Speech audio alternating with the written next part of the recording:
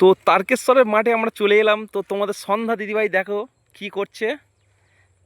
দেখো কত সুন্দর এগুলো, কি বলতো, এগুলো যেগুলো আমরা বাদাম কিনে খাই না বালির মধ্যে ভেজে, সেগুলো দেখো এখানে নিজের চোখে দেখছি। দেখো তোমাদেরকে ভেঙে দেখাচ্ছি। দেখো এর মধ্যে কিন্তু যে বাদামের শাঁসটা অলরেডি কতটা হয়েছে, এখন কাঁচা, এটার মধ্যে এখনো হয়নি। আরও একটা ভেঙে দেখি, এখন বাদাম 3 মাস হয়েছে মাধবী, এই এর মধ্যে কত সুন্দর বাদাম হয়েছে। দেখো 3 মাস হলে কত সুন্দর ছোট ছোট বাদাম হয়েছে। দেখো আমরা বাদাম তো দেখলাম, আর বাদামের গাছগুলো কেমন তোমরা দেখেছো? তো এখানে সম্পূর্ণ যে বাদাম গাছগুলো দেখতে পাচ্ছ, এই যে বাদাম চাষ এখানে সম্পূর্ণ হয়। আর এদিকে সাথে সাথে দেখতে পাচ্ছ তোমরা তিল গাছ।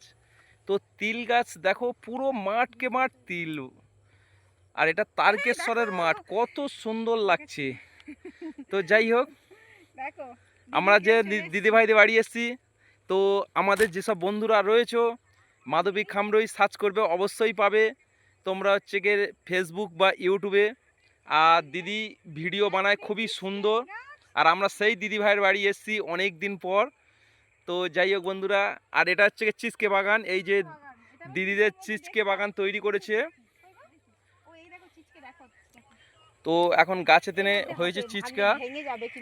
তো চাষটাও খুবই সুন্দর হয়েছে। যাই হোক, তো ভালো থেকো। কত সুন্দর দৃশ্য, চাঁদটা লাগছে দেখো ওদিকে।